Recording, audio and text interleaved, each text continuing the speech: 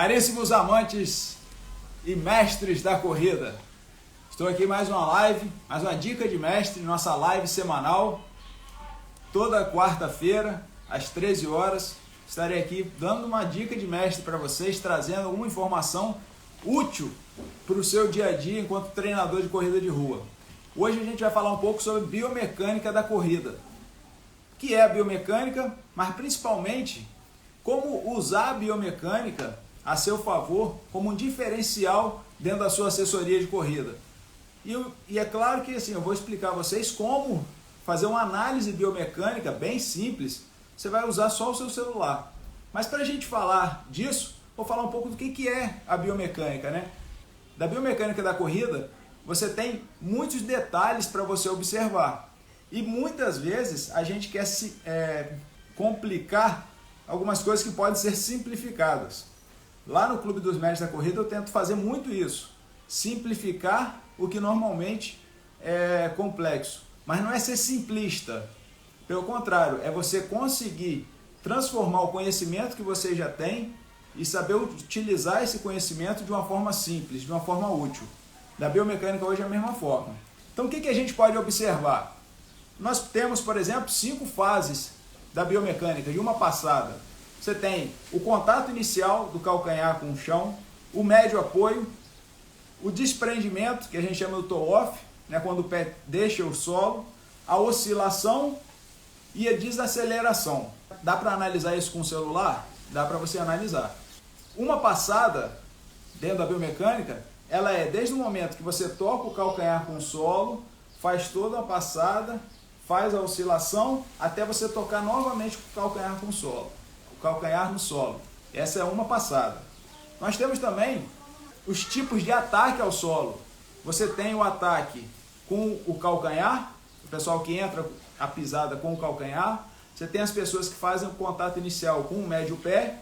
E muitas vezes o que a gente acha que era o melhor, que é o mais indicado, que toda a elite faz, o que não é verdade, é você fazer com o antepé. Você tocar só com o antepé, dê um contato rápido com o solo e já iniciar uma nova passada. Biomecanicamente, a passada com o médio pé é a melhor. Só que ela não é a real para todo mundo.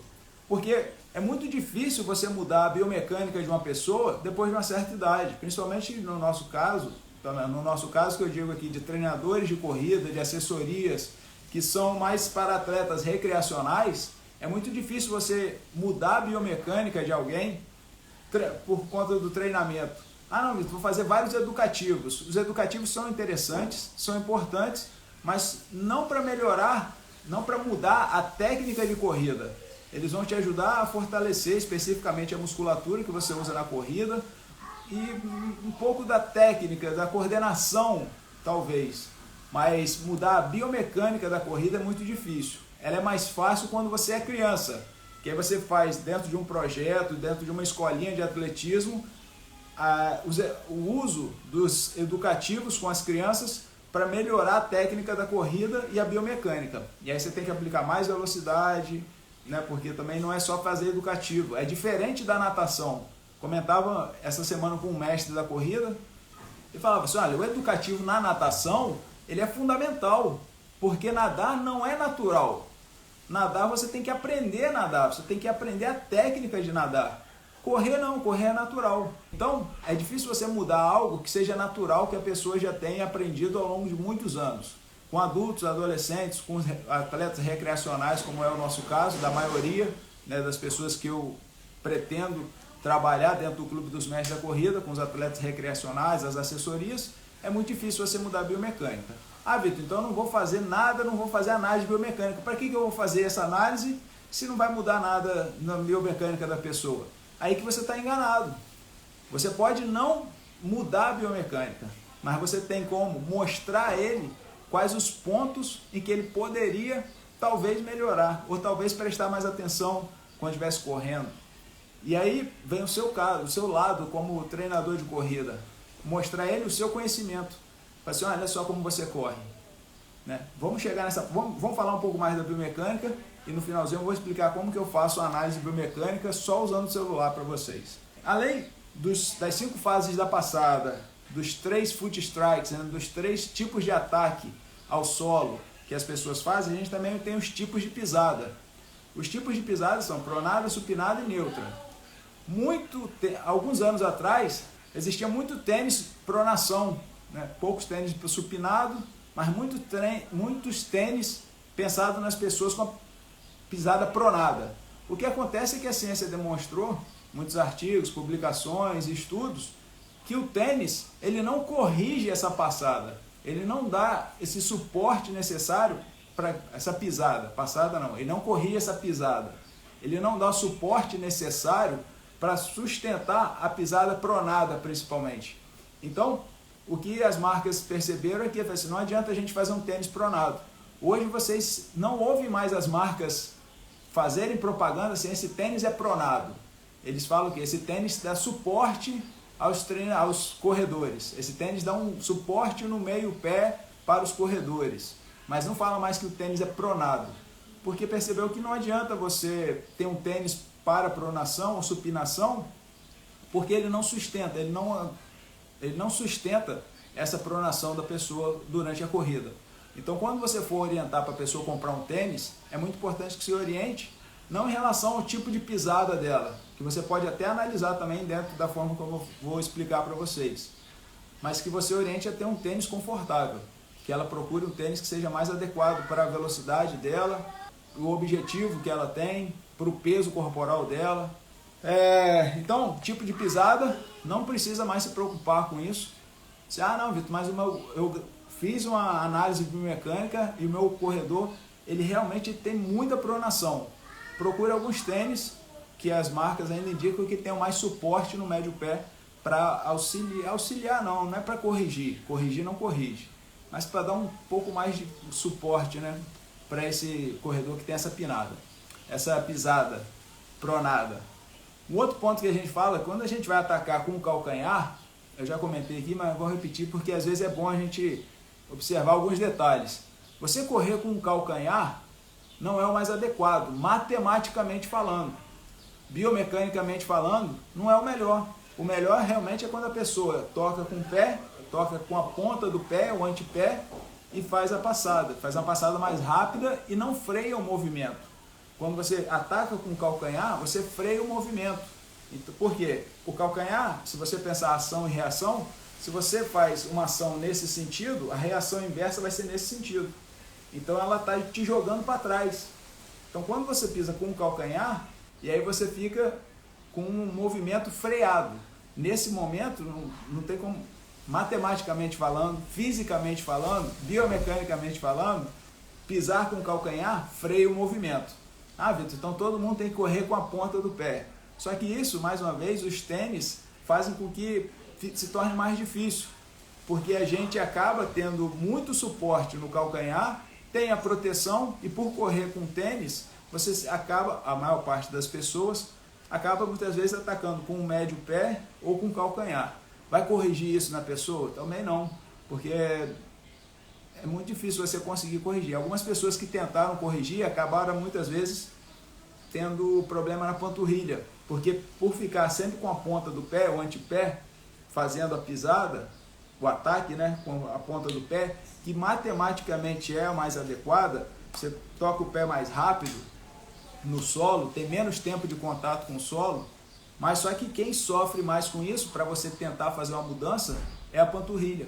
Então a panturrilha vai acabar sofrendo esse desgaste ali, o tendão de Aquiles. Então não precisa pensar nessa mudança de pisada, porque matematicamente e biomecanicamente é ruim atacar com o calcanhar. Os tênis já tem muito reforço ali no calcanhar também por conta disso. O outro ponto que é importante, a gente lembrar como que é o cálculo da velocidade. Biomecânica é física. E dentro dessa física, como que a gente estuda a velocidade? É espaço vezes o tempo. Espaço sobre o tempo. Quantos metros você consegue realizar a cada segundo, metros por segundo, ou então quantos quilômetros por hora. Na corrida, a gente mede a velocidade pelo comprimento da passada multiplicado pela frequência de passadas. Então você consegue aumentar a sua velocidade ou aumentando o tamanho da sua passada ou a frequência da passada, a cadência.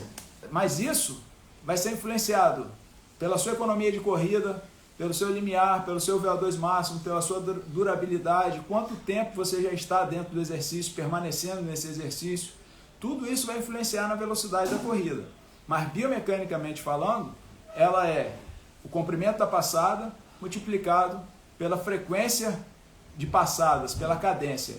Então, se eu quero ser mais rápido, ou eu aumento o comprimento da passada, que é mais difícil, você tem que fazer o que para isso? Aumentar treinos de velocidade, treinos de potência aeróbica, ele é acima dos 100%, para você ter um estímulo realmente de velocidade, porque é óbvio, né? Se eu quero melhorar a velocidade da corrida, o que eu vou treinar? Velocidade, pô, é óbvio. Quantos por cento? Aí já vai ser outra live. Aí já é mais para frente, eu vou falar com vocês aqui sobre a distribuição semanal da intensidade de treinamento. Vai ser uma live mais para frente, mas vai chegar esse momento também. Então, ou você aumenta a frequência, o comprimento da passada com treinos de velocidade, ou então você aumenta a cadência. Faz uma cadência aumentada. Aí todo mundo fala assim, não, a cadência ideal são 180 passos por minuto. Mas também isso não é cientificamente correto para todo mundo. A gente não pode afirmar que todo mundo a 180 passos por minuto vai ter a frequência ideal. Mas é assim que a gente mede a velocidade na corrida. Comprimento da passada multiplicado pela frequência de passada, pela cadência. Então, para a gente poder agora abordar como fazer uma análise biomecânica usando o celular, o que a gente pode observar? A gente pode observar a inclinação do tronco dessa pessoa, a flexão do joelho dela na oscilação, a extensão do quadril na oscilação, se o apoio, se o pé, ele bate exatamente abaixo do centro de gravidade dessa pessoa, o apoio tem que ser mais abaixo do centro de gravidade possível, não pode ser uma pisada lá na frente. A pisada, a passada, ela sempre cresce para trás, não é buscar um ponto futuro da corrida lá na frente, é sempre você fazer uma passada mais longa para trás. Então, ó, inclinação do tronco, flexão do joelho, extensão do quadril, apoio embaixo do centro de gravidade, a posição dos braços. A gente sabe que o braço ele não pode ficar medializando, não pode passar do meio do seu corpo, porque isso causa um desequilíbrio. E os braços na corrida, eles são muito importantes para gerar o equilíbrio nessa corrida. No domingo agora eu corri 42 km, fiquei com muita dor no trapézio, nos dois trapézios, e eu me lembrei desse detalhe, né? A gente às vezes ignora os membros superiores, trapézio, dorsal, peitoral, mas eles também fazem parte da nossa corrida. A gente pensa que correr é só da cintura para baixo, mas da cintura para cima também é fundamental. Para que a gente corre, na verdade, tudo que a gente faz de corpo inteiro. A gente corre com as pernas, com o braço, com o coração, com o cérebro, com a cabeça, corre de corpo inteiro. Um outro ponto que a gente pode observar nessa avaliação biomecânica com o celular é a oscilação vertical. Se a pessoa corre saltando, né? Então o que vocês têm que fazer? Isso é uma coisa que eu ensino quando a aula de cinesiologia e biomecânica no ensino superior. Serve para corrida e para outros esportes também. Uma ferramenta útil demais que a gente tem hoje é o celular. E como que você vai fazer? Você vai ter que baixar aplicativo, alguma coisa? Não, você tem que usar um aplicativo muito antigo chamado Cérebro. Você tem que estudar sobre biomecânica, você tem que saber sobre biomecânica e gravar a pessoa correndo. Como que você vai gravar? Pega um tripé, ou você mesmo segurando o celular, e coloca a pessoa para correr de frente para o celular, de lado para o celular e de costas. Você vai gravar a pessoa correndo de frente para você, correndo de lado, correndo de costas. E com isso, você vai mostrar a ela alguns detalhes sobre a biomecânica da corrida dela. Se você for um treinador online, peço para o atleta, explico a ele como que ele tem que gravar para me enviar esse vídeo para eu analisar a corrida dele, mesmo que eu seja à distância, mesmo que eu não conheça a pessoa. Porque fala assim, Vitor, mas não vai fazer diferença. Mas você consegue observar alguns detalhes para entender melhor a corrida da pessoa. Não é para mudar a biomecânica da pessoa, é para você entender melhor como que ela corre, para você visualizar a corrida dela e para a pessoa também poder visualizar a própria corrida. Quantos de vocês, e depois eu vou fazer essa enquete lá no Stories, quantos aqui fazem alguma análise biomecânica com seus atletas? Às vezes não faz por preguiça ou por falta de conhecimento.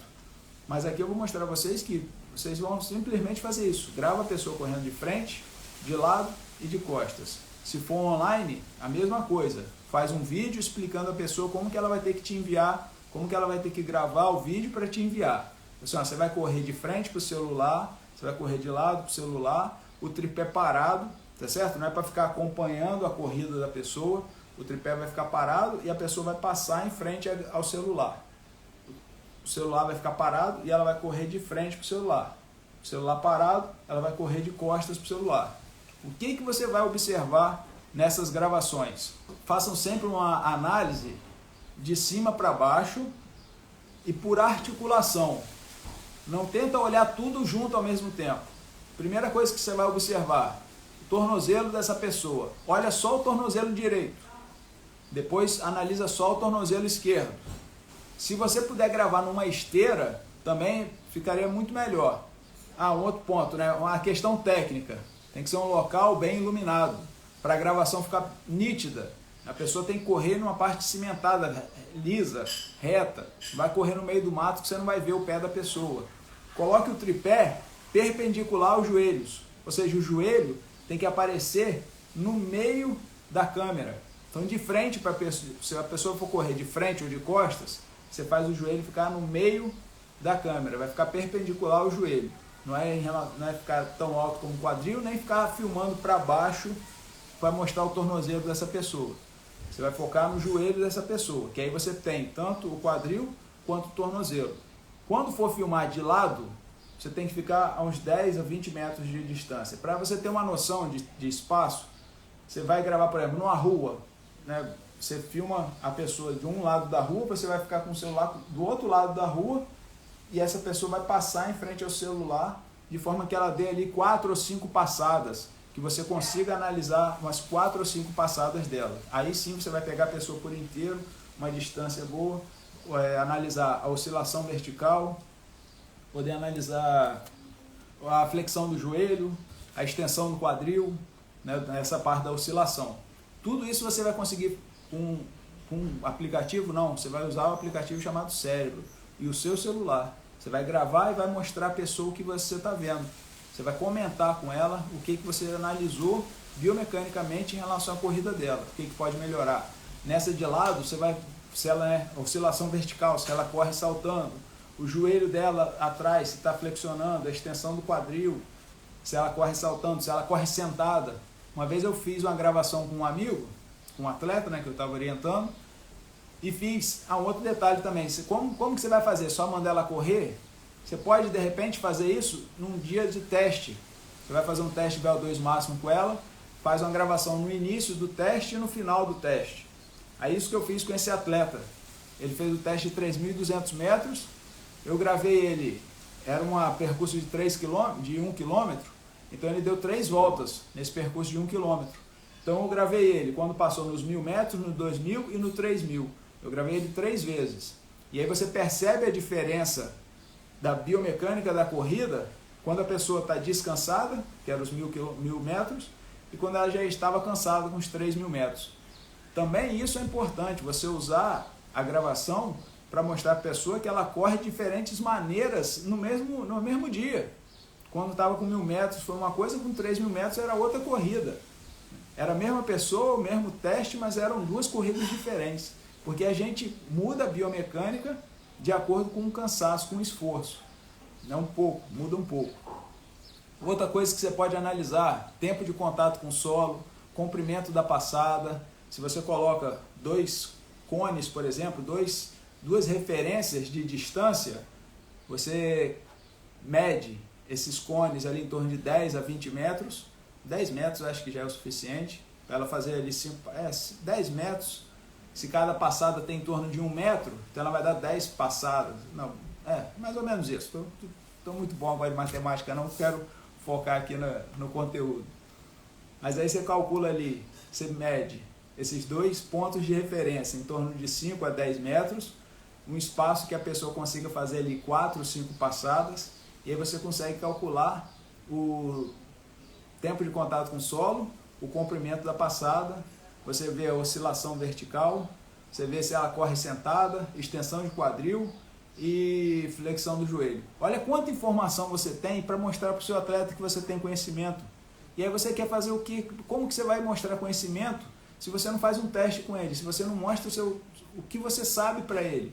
Uma gravação com celular, cara. Todo mundo tem celular hoje. É impossível você pedir para ela simplesmente gravar e você vai comentar com ela. Olha aqui, vamos ver sua corrida. E de frente, como eu falei, vai fazer de frente, o que você vai observar? Todas as articulações de baixo para cima. Primeiro do lado direito, depois do lado esquerdo. Ou então você analisa por articulação. Exemplo, vamos olhar aqui primeiro o seu tornozelo direito, na corrida de frente e na corrida de costas. Tornozelo direito, tornozelo esquerdo, está diferente um do outro? O meu, por exemplo, o meu direito é neutro e o esquerdo é supinado. Meu pé esquerdo ele é supinado e o direito é neutro, porque eu operei o joelho esquerdo, então teve uma diferença. Tornozelo direito, tornozelo esquerdo. Depois vai para cima, joelho direito, joelho esquerdo. E aí vai mais para cima, quadril, lado direito, lado esquerdo. Quando estiver correndo de frente, vê se a pessoa corre medializando os braços. Quando estiver correndo de costas, vê a oscilação do quadril, como que está o movimento, né, no quadril. Você deixa o quadril cair, se o joelho vai para dentro, se o joelho fica para fora, se é valgo, se é varo. Olha quanta informação você pode passar para o seu aluno com uma gravação de 3 vídeos com o celular. É possível você ser um mestre da corrida sem você mostrar o seu conhecimento. Aí você vai ser um treinador igual a todo mundo. Mais importante do que saber é parecer que você sabe, né? Mais importante do que ser bom é parecer ser bom. Você tem que ser bom, né? Mas você tem que parecer ser bom para os seus atletas também. E com essas análises biomecânicas, mas aí tem assim, Vitor, mas isso daí não é cientificamente comprovado. Eu falo assim, meu irmão, você está fazendo tese de doutorado igual a mim? Não está? Então você não precisa fazer algo padronizado cientificamente. Você está fazendo algo útil, você está usando o celular como uma ferramenta útil para a sua atividade profissional. Não é para a sua tese de doutorado. Você não está fazendo um artigo científico sobre biomecânica da corrida. Eu só estou te mostrando como você pode usar a biomecânica da corrida como um instrumento útil na sua atuação profissional. Esse é o ponto. Eu não estou aqui querendo que você faça todos os cálculos biomecânicos como se fosse um laboratório de biomecânica, como eu já presenciei lá em Madrid. Eu fui no laboratório biomecânico da universidade que tinha 6 câmeras Vicon, que é o melhor sistema de biomecânica, de análise biomecânica. Aí eu fiz o meu teste de corrida lá, aí mede qual o peso. Eu não quero isso de vocês, eu não estou esperando isso de vocês. O que eu estou indicando para todos aqui é que vocês tenham a possibilidade de demonstrar aos seus atletas o quão bom vocês são. E através de uma análise biomecânica simples, usando o celular, você consegue demonstrar a ele todo o seu conhecimento. Análise biomecânica usando o celular. Grava 3 vídeos da pessoa ou mais vídeos. O mínimo 3, um de frente, um de costas e um de lado. Faça análise biomecânica de que maneira? Mostre ela, né, anterior e posterior. O comportamento, né, biomecânico dos tornozelos, dos joelhos e do quadril. E na corrida lateral, oscilação vertical, comprimento da passada, tempo de contato com o solo, flexão do joelho na oscilação, extensão do quadril na oscilação, oscilação vertical, se ela corre saltando, se ela corre sentado. E o principal, né, para finalizar, mostre o vídeo ao seu corredor e faça comentários com ele sobre a biomecânica da corrida dele. Ele vai ficar contente de saber que você está preocupado com ele, que você sabe o que você está fazendo com ele, que através da biomecânica você vai conhecer melhor como é a corrida desse seu atleta. Finalizando então aqui mais uma live, já tem um vídeo no nosso canal no YouTube sobre esse assunto, explico um pouco mais detalhado, como eu fiz lá com os mestres da corrida no encontro, e deixo aqui o convite para todos vocês se associarem ao Clube dos Mestres da Corrida. Tem um link na bio para você conhecer mais sobre o clube. Manda um direct se tiver qualquer dúvida, que eu vou ter o prazer de te responder. E caso você ache que o momento para você entrar no clube não é agora, saiba que tem uma colega que com 4 meses, que com 15 dias de clube, já mudou algumas estratégias e já conseguiu 4 novos clientes. Com esses 4 novos clientes, ela já paga em 3 meses de assessoria, ela já paga um ano todo do clube. Então, assim, você acha que não é um bom investimento, eu digo para você que você está perdendo dinheiro. Porque quem está lá no clube já tem estratégias para recuperar esse investimento que está sendo feito no clube. Então, ó, abraço para todos vocês e lembre-se, né, que ninguém evolui sozinho, ninguém se torna mestre sozinho.